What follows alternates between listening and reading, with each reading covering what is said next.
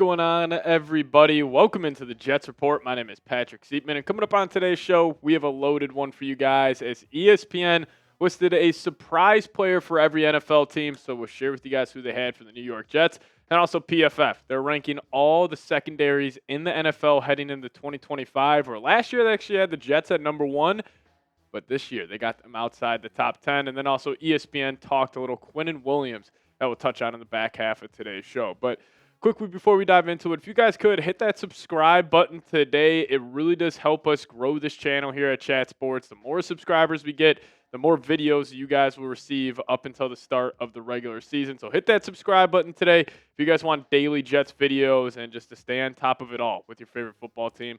Hit that sub button right now. All right, so let's talk about it. So ESPN dropped a surprise player for each NFL team.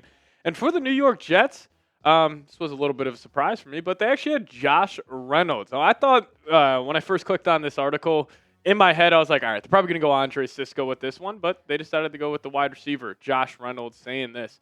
After a strong offseason, Reynolds is the clear-cut leader for the wide receiver 2 job.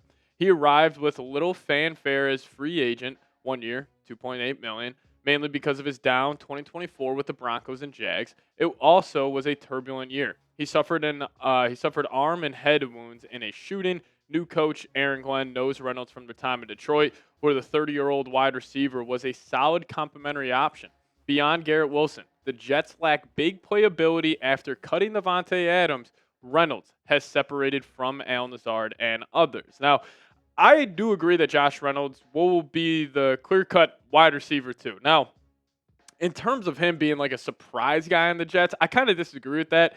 I don't know if this is going to be a player where he, look up at the end of the season, he's got 700-800 yards, where I would qualify that as a surprise year from Josh Reynolds, but he could probably do what he's been doing over the last 4 seasons, average around, 400 or 500 yards a year, and I think that would be a solid season. But I think the wrinkle with Josh Reynolds that he will bring to this Jets offense is how good of a run blocker he is.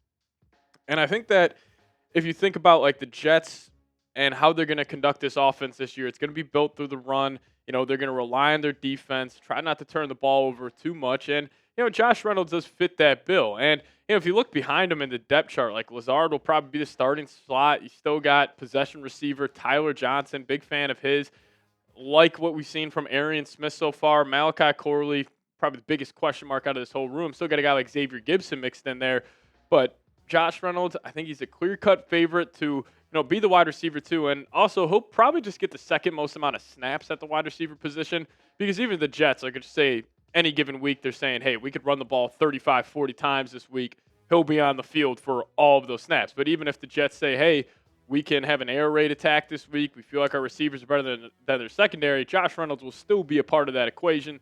So I think no doubt he'll get the second most snaps at wide receiver this year, unless a guy like Arian Smith or Malachi Corley absolutely pop, and it's like, hey, we have to put this guy on the football field every single time. But as it stands right now, I think Josh Reynolds for sure a lock to be the wide receiver 2 for this group. But if you guys could show Josh Reynolds some love down below in the comments section. Very underrated player in the NFL, and I think he's gone underappreciated by Jets fans. So let's type his jersey number, type those 83s down below in the comments section.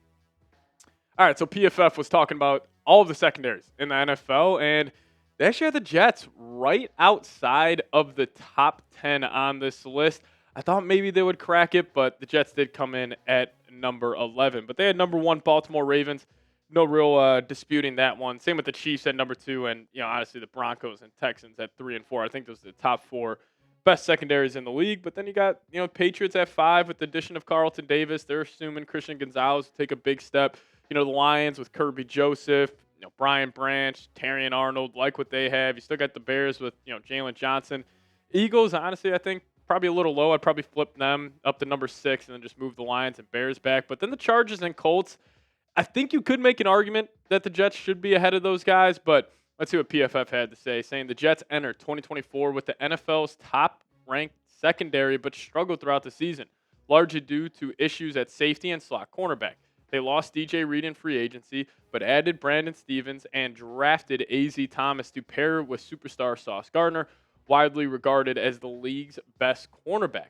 Gardner will be the glue holding this unit together if the new additions and coaching staff can get on the same page. Now, like PFF was saying, the safety position is definitely a huge question mark for this group. And that's why 11 kind of feels right. Because if it was just strictly the cornerback position, I just think with how good Sauce Gardner is, you would have to put the Jets in that top 10. But if you're incorporating the whole secondary with the safeties, 11 does feel right because, again, massive question marks. Like besides Cisco, is it Tony Adams, Malachi Moore? We'll see. But I do think one guy and actually two rookies on this Jets team in the secondary that should at least have a chance to have a big year. And the first guy, AZ Thomas. Now, he looked good in OTAs and at minicamp. He's got really good size to him. He feels pro-ready as a rookie, and I think this could be a home run steal for the Jets. Got him in the third round at pick number 73 overall. So if he has a big rookie season, it's like we're talking about this guy being one of the premier cornerback twos across from Sauce Gardner. Like we're talking about the secondary possibly being top 5, but also a guy that could start at safety for the Jets. Don't sleep on Malachi Moore here. Clearly, they were very high on him before the draft. Took him in the 4th round, pick 130.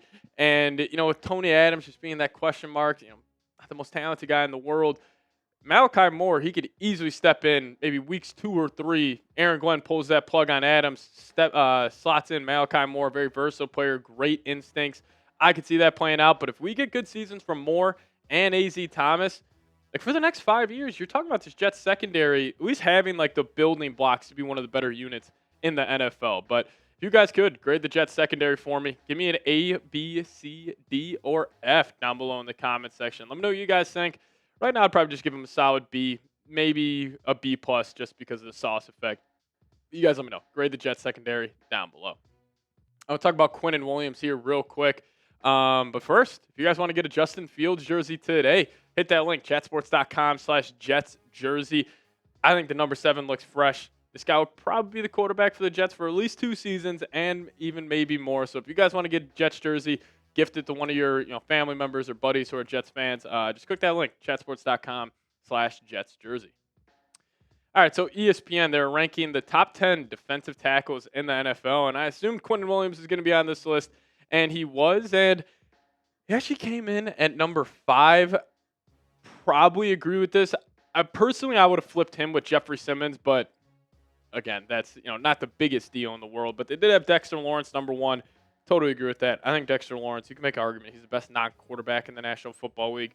Chris Jones at number 2, Jalen Carter, already a superstar in the league at number 3. But then former Jet Leonard Williams, Mamu Dike from the Ravens, DeForest Buckner, Vita Vea, and then Cam Hayward still kicking it. I think he's like 38 years old right now, still playing very good football. But, when I saw this list, I was thinking about just, Jets defense as a whole here. And, if the Jets defense wants to bounce back and, get back to that top 10 unit in the league, Quinnon Williams has to be top 3. Where I think we're talking about, this list heading into the next year, it's like, all right, Jalen Carter, Dexter Lawrence, Quinnon Williams. Those are the undisputed 3 in the National Football League. This guy's in his prime right now.